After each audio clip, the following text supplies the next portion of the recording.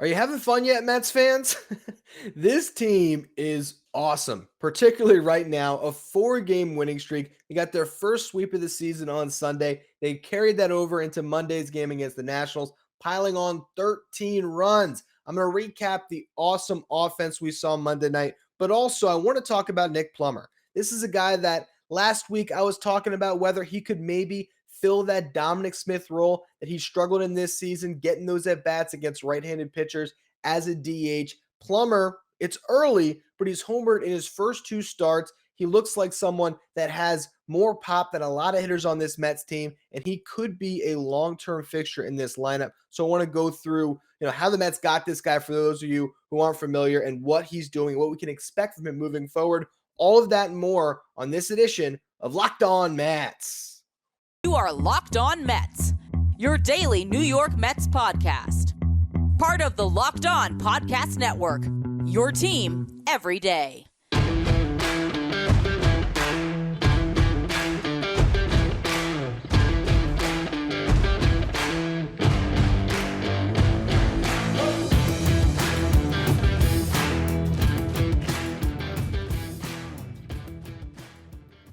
Hello to all you amazing Mets fans. You're watching Locked On Mets, part of the Locked On Podcast Network, your team every day. I'm your host, Ryan Finkelstein. If you want to find any of my work, follow me on Twitter at FinkelsteinRyan. You can also find some of my writing at justbaseball.com, where I work as the managing editor. Now, the game recap today, we're not going to go inning by inning and talk about this rally here, this rally there, and how the Mets fared when the Nationals came to the plate, because honestly, it was just a complete blowout. The first three hitters in the Mets lineup, Louis Guillorme, Starling Marte, and Francisco Lindor, through the first three times through the order, went 8 for 8 with a walk, a home run, and 5 RBIs. The home run belonged to Starling Marte. The walk belonged to Guillorme. Lindor was 3 for 3. He extended his RBI streak to 8 consecutive games. And when you get that production out of your top three, you're going to win a lot of games, but then you get production out of everybody in the lineup and you pile on 13 runs on, 16 hits. I was about to say 15 hits because I forgot they had the Pete Alonso home run. That was the 16th hit in the ninth inning to put a cherry on top of the Sunday of just kicking the ass of the Washington Nationals. I don't even know how to describe what I'm watching with this Mets team some days, because they are firing on all cylinders. And what's strange is you would think that you lose Jacob deGrom to start the season. That would be a huge hurdle this team couldn't climb over. And Tyler McGill steps in on opening day and pitches like an ace for the first month. Then he goes down. All right, how you can get by with that? McGill, you're happy you have David Peterson. And then as soon as McGill goes down, Max Scherzer goes down. How are you going to get by?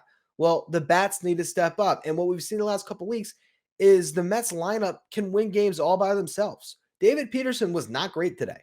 I mean, this was by far his worst outing of the year. Goes 4 2/3, can't get out of the fifth to get the easiest win of his career. Maybe there's been other routes he's been part of where he hasn't been able, or where he has been successful to get those wins, but it doesn't get much better than getting spotted, crooked numbers in each of the first, whatever it was, 4 innings as the Mets just piled runs, time and time again. He gives up 4 runs on 6 hits, 4 walks, only 1 strikeout, left with the bases loaded. Colin Holderman was able to keep his line from getting even worse, but it didn't matter. Who cares about the pitching today? And we could talk about some great defense, because Louis Guillorme is just on a whole nother level. I don't know if you've ever played like NBA Jam, or what was it, NFL Blitz. There's, those guys, I know for sure NBA Jam, where a guy would get on fire and he'd be running around, literally on fire. That's the way Guillorme is playing baseball right now, but it's not the most flashy when he's hitting. He's dunking singles here, dunking singles there. But defensively, that's where the flash comes out. And today at second base, I mean, it's as much as I've loved watching Jeff McNeil play second base. And honestly, I think the Mets have 2 Gold Glove caliber second basemen on this team with McNeil and Guillorme. But with Guillorme, there's maybe just a little more smoothness to it. That the bearded magician, as Mike Mayer called him on Twitter today, he's just incredible out there. He makes one play where he runs in on a ball barehanded. Makes the play to first. There was another play that I'm telling you, I've Rarely seen a better flip on a double play. It didn't get turned, but you still have to appreciate another kind of a slow roller. Guillorme started on the other side of the second base bag, maybe kind of directly behind it. He did a great job sort of wheeling around the grounder so he could field it and try to make a play. And no look shovels it over to Lindor right in his breadbasket, chest high, where he could make the turn. They didn't get the out at first base, but still just an unbelievable flip. He then had another double play they did turn where he had a diving stop. He threw it from his knees and his arm. It was almost like he had like a submarine throw where he threw it almost off the ground. Again, perfect feed to Lindor. Lindor had a couple double plays going the other way. It felt like Guillorme was involved in everything out there tonight. And offensively, he goes 2 for 3. He scores 3 runs, drew a walk, had an RBI. It just outstanding. And I know I have been the guy advocating for Guillorme to play. I talked about how after the 2020 season, I was saying this guy deserves an everyday type role. And then last year we had all of this saga with Jonathan VR, where I hated VR because I wanted Guillorme to get playing time, and I was worried VR would cut into that. And then injuries ended up really being the factor that kept Guillorme from really breaking out in 2021. But now we're seeing it this year. And at this point, how do you sit the guy? I mean, he's basically hitting 500 for an extended stretch right now. Every other at bat, he's getting a hit. He's having great at bats each time. I like I said, I work for Just Baseball, and the founder of Just Baseball, who also used to host Locked On Marlins, Layton. He played high school baseball against Guillorme, and what he said was, you were never worried about him going yard against you, but it seemed like he would get a hit every time up and would just be incredible over at shortstop in high school. And it's like whatever he was doing over at Coral Springs Charter, suddenly now 10 years later, he's in the big leagues doing that again, and it's just amazing to watch. You have Starling Marte getting red hot. He goes 3 for 4 in this game, 2 runs, 4 RBIs, had the homer. Lindor 3 for 5, 2 RBIs. He now has 40 RBIs on the season, third most in the National League behind Pete Alonso and Paul Goldschmidt. Last year he didn't get his 40th RBI until September. He's got it, and we're not even in June. It's just insane. And with Lindor, when the Mets made the trade, one of the things that I talked about back then was I said, this is a guy that is capable of putting together an MVP season. Whether he would ever do that or not, we didn't know, but he has that amount of talent. And I also said he's a guy that can carry you for stretches. And maybe that was the better take, that he could carry you for stretches, not that he could be an MVP. What we've seen this year, beginning of the season, he carried this lineup. Then he went really cold at the end of April, the beginning of May.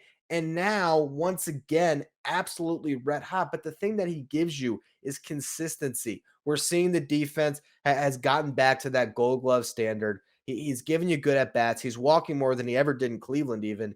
And suddenly he's this run producer because he's right in the middle of a lineup where he's got a guy like Guillorme who's getting on base in front of him a ton. When it's not Guillorme, it's Nimmo. When it's not Nimmo, it's McNeil or Marte, and even Mark Canna. I mean, all of these guys just get on base, and they just give you so much traffic that when you're a run producer, you can just eat and feast and clean up. And that's what we've seen from Lindor. That's what we've seen from Pete Alonso. That's why they're 2 of the top 3 run producers in the National League right now. Pete Alonso didn't even have a great day. He wasn't even involved in all the action other than drawing a walk. He was 0 for 3 in his first 4 trips to the plate with that walk.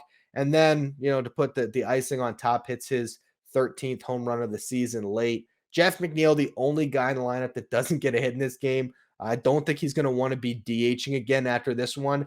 0 for 5.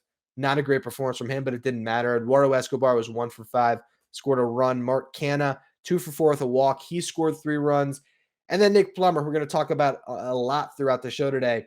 He had a huge performance, 3 for 4, had an RBI double, and had a home run, 4 RBIs altogether. Tomas Nido closed out the lineup. He went 1 for 4, scored a run. Bottom line, though, this team just continues to score. And now you're looking at 2 more games against the Nationals, and this is a team that was coming off a doubleheader that now just completely gassed their bullpen. You can continue to carry this momentum And I don't want to say it's a must sweep or anything like that because it's a baseball game. Anything can happen. Tomorrow, for whatever reason, Patrick Corbin, as a left handed pitcher, can go 7 scoreless against the Mets, and you'll just be scratching your head thinking, what is going on here? We never know. Okay. Baseball, anything can happen. But this is feeling like a potential 6 game winning streak. If they can continue what they've done the last couple games here and they can do what they're supposed to against a bad team, you can be just on cloud nine when you hit that West Coast trip, and maybe that momentum carries over. And while I think a lot of us are looking at that West Coast swing and thinking, we'll see how many wins they can get out there. You never know. They could go out west and be over 500. They could win all 3 of those series. You can't count this team out the way they're playing, and it's just a great brand of baseball to watch. But what I want to do is focus in on Nick Plummer because he's been really the headliner over the last couple of days. I want to talk about, for those who maybe weren't listening throughout the offseason, we were doing some of our previews and stuff, don't really know where this guy came from. I want to kind of, bring you up to speed a bit on Nick Plummer and talk about what he could mean for this Mets team throughout the rest of the season. Before we get to that, though, our partners at BetOnline continue to be the #1 source for all of your betting needs and sports info. Find the latest odds, news, sports developments, including this year's basketball playoffs, Major League Baseball scores, fights, and even next season's NFL futures. BetOnline is your continued source for all of your sports wagering information, from live betting to playoffs, esports, and more. Head to the website today or use your mobile device to learn more about the trends in the action. BetOnline, where the game starts.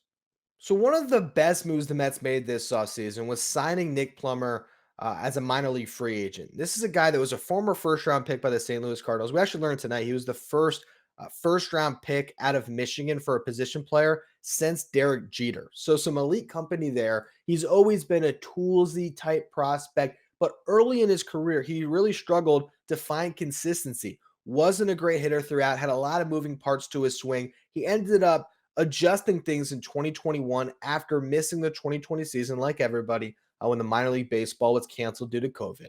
He comes back with more of a preload setup, just trusts his natural athleticism to generate his power, simplified his approach, and suddenly unlocked things for himself. Last year, he hit 280 in AA and AAA combined, 415 on base, 479 slugging, had 20 doubles, 6 triples, and 15 home runs, so 41 extra base hits. And you're talking about, it was less than 120 games. I don't have it exactly in front of me. I think it was 117 games to have 41 extra base hits. It's really, really solid. The reason why he was up for grabs is because the Cardinals had a lot of different guys that they were trying to feed time to. They have Lars Nootbaar, who, if you might remember, was the guy that robbed a home run from Pete Alonso at Citi Field last year. I remember because I was at the game, and I also may or may not have had a 2-home run prop. I bet online on Pete Alonso that game. He hit the first home run right by me. Second one, Nootbaar robbed, and I was devastated. But they have Nootbaar, they have Juan Yepes, who right now is currently doing a great job at the big league level. So they just had a lot of different, bats and a lot of guys vying for playing time. And so Nick Plummer ultimately was, a 40-man roster casualty. He was up for the taking. Anybody could have got them or got him. And I think very similar to Sam McWilliams last year when the Mets signed a tall pitcher who had a lot of promise, a lot of teams were interested in. I think that they were able to basically outpay the opposition to land a guy. They did that with McWilliams. It didn't pan out. And they did that with Nick Plummer. And I mean, you signed him and he's basically a top 10 prospect in your system immediately.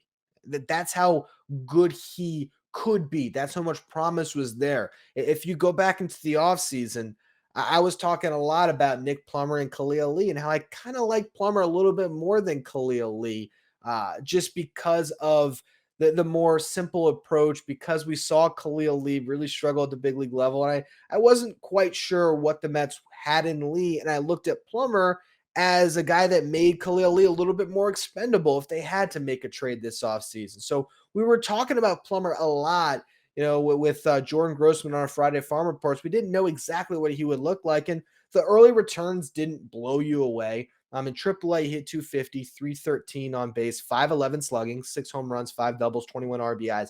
But what you see with Nick Plummer is just an elite athlete. I mean, the guy is yoked. There's no other way to say it. I think Ronnie said in the game tonight, he looks like a fullback. I mean, that's what you're talking about. They have him listed at 5'10", 220.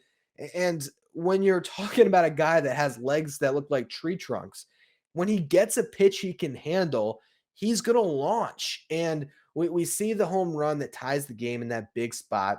Right field hits just a complete laser beam. Tonight, we saw a couple extra base hits to the opposite field. First, the double, then hits one out to left center.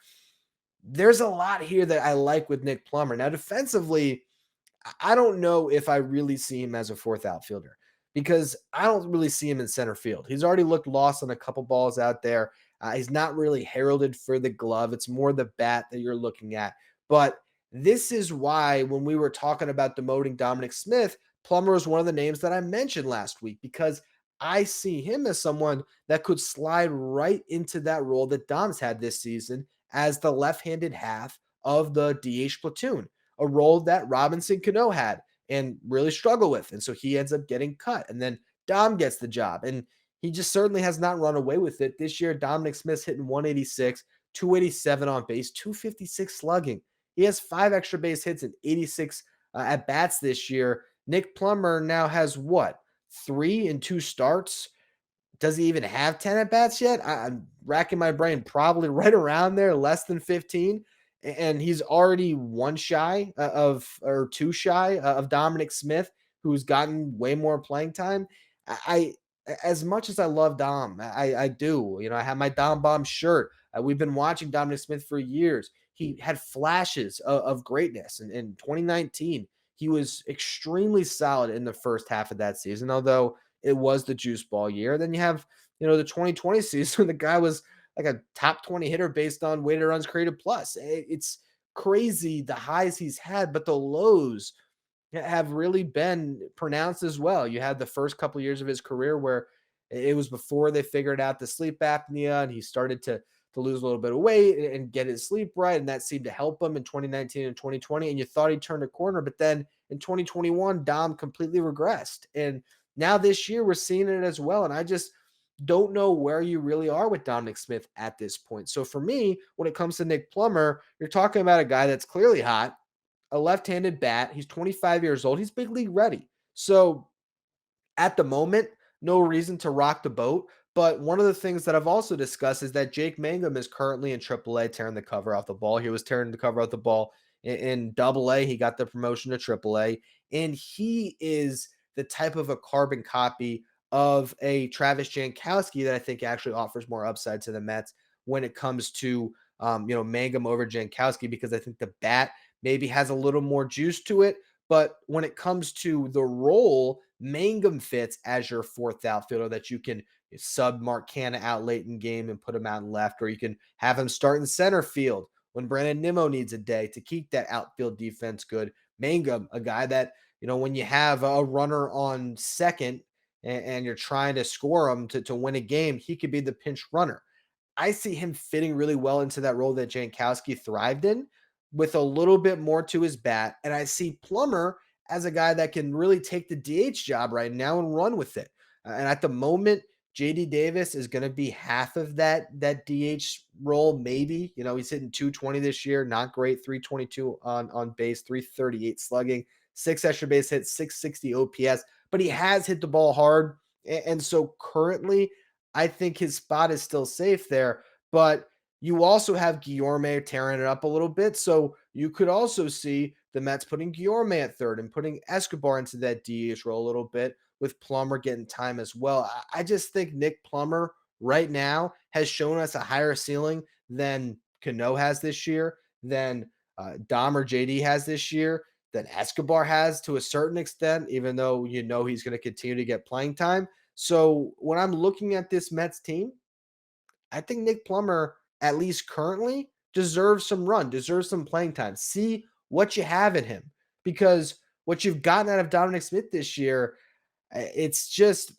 not enough that it warrants continuing to feed him at bats. And Buck Showalter is going to spread the playing time. We've seen it this year. I just don't necessarily know if that's the best call. If you were to demote Dominic Smith, which sucks, like I hate being the one that's out there right now saying demote Dominic Smith, because I've been such a fan of him and he's such an awesome dude. But let him get some consistent playing time in Syracuse. Let him play first base down there, and see if he can get comfortable and get hot and get his swing right. And maybe there's going to be another time this year when you need Dominic Smith, or maybe he's a guy that you can throw into a trade at the deadline, and you can send him to a place where his career can take off. But currently, I just don't necessarily see the role with this Mets team, and I think that role should go to a Nick Plummer. And if you do that, you can try it out, and if it doesn't work, maybe Dom, after a couple weeks in Syracuse, is ready to take his job back. So that's where I'm at right now, Nick Plummer. I think he's flashed enough, obviously, that he deserves to continue to get playing time. He's not going to be out there against Patrick Corbin. I doubt it. But I imagine he starts the last game of this series, and then I'm sure he's going to see a lot better pitching out west. And when you're going up against potentially like a Walker Buehler, we'll see how he fares. He might not fare anywhere near as well when he's not going up against the Eric Fetties of the world. But early returns again look really good. Now, expanding this out a little bit, I do want to talk about this idea of what the Mets have been this year and what they can be, because I think Buck Showalter really has done a great job mixing and matching his players and keeping everybody fresh, and utilizing the DH, where he'll have Pete Alonso DH a day, and he'll have Francisco Lindor get off his feet, and he'll get Guillorme out there or Dom out there to sub in for those guys. And we've just seen a lot of creativity with the way this roster is managed. And I think I like the defined roles that the Mets have carved out, but I believe that there's prospects that can fill those roles better. We just talked a lot about Plummer over Dominic Smith. A guy we talked about on Friday's show is Mark Vientos. I look at Mark Vientos, and one of the things I've been saying since the offseason is that JD Davis is blocking Vientos. I would love to get to a point, maybe it's the trade deadline, that this can all coincide, where a JD Davis could be flipped and you can clear that right-handed half of the platoon for Vientos. I would love if in the second half of the season, maybe it's Plummer Vientos instead of Dom JD. And you got some fresh blood that will have a lot of energy, and who knows, maybe these are guys that have real staying power at the big league level that can just provide a little bit more. When it comes to home run juice, I certainly think Plummer and Vientos give you way more than JD and Dom. And another player that I've already talked about today is Mangum, filling in that Jankowski role. I think I really do see the value in what Jankowski was providing when it comes to his defense and his speed. I think Mangum can do that. And so with this youth movement, suddenly the Mets have some really interesting prospects that I think can help you win right now and into the future a little bit. You don't know what's going to happen beyond this season with a Brandon Nimmo. Maybe the Mets re-sign him. Maybe he walks. Who knows? But if suddenly you've gotten this great contribution from Nick Plummer this season, maybe that loss wouldn't be as bad. Maybe you're going into next season and you're saying, all right, Starling Marte, you're a center fielder again. Who knows? But what's great is that when you have this confluence of youth and veterans, it seems like that's how the best teams are built. When it comes to this season, we're certainly seeing that. I think it's been awesome to see that, as much as Lindor has been everything to this Mets team, in my opinion, and Starling Marte and Mark Canha have really filled big roles for this team as well. One of the big driving engines of what's had the Mets rolling all year is Pete Alonso, Jeff McNeil, Brandon Nimmo, and Louis Guillorme at times as well. Homegrown guys that have really just come into their own this season. And that is something that is always fun to watch when you were able to sort of follow the development as it's tracked to this point. And again, it's just a roster that just finds a way to win games, and it's so much fun to watch right now. They're a team that is running away with this division. I mean, you look up right now and you check the current standings in the National League East. The Mets have a 9.5 game lead over the Braves, 11.5 game lead over the Phillies, 12-game lead over the Marlins, 15-game lead over the Nationals. We know the Nationals were never going to contend. The Marlins, the way they're playing, they're heading close to another rebuilding season where they might be tearing down at the deadline instead of adding. The Phillies can't get out of their own way. And yeah, the Braves are still a team that you have to be wary of. But the Mets, if they keep doing what they're doing, they're 16 games over 500 right now. Keith Hernandez on the broadcast tonight was saying the next benchmark is to get to 20 games over. We'll see if they can do that. Like I said, things get tougher when you go on the road, but would we be shocked at all if this weekend the Mets take 3 of 4 from the Dodgers? I don't know if I would be that shocked. I don't, because the Phillies took 3 of 4 against the Dodgers, and I don't know what their rotation looked like at that time, but I know what their defense looked like. I know what their bullpen looked like, and if they can manage that, if they could get the bats going like that in LA, no reason the Mets can't get their bats going like that. And you certainly like the Mets, ability to hold leads better than the Dodgers. So I'm better than the Dodgers, not better than the Dodgers, better than the Phillies against the Dodgers. So again, we'll see what happens this weekend. 2 more against the Nationals. Finish the job here. You got Trevor Williams on the mound against Patrick Corbin, a pitching matchup I can't figure out at all because you'd think that the Mets will feast against Corbin, but it's a lefty. So we'll see. And we'll see what Trevor Williams gets the Mets. The bullpen is a little bit taxed, so hopefully Williams can get the Mets through at least 4, if not 5. And then, Carlos Carrasco maybe has to carry a little bit more of a burden in the final game of this series, giving the Mets some length before they head out west.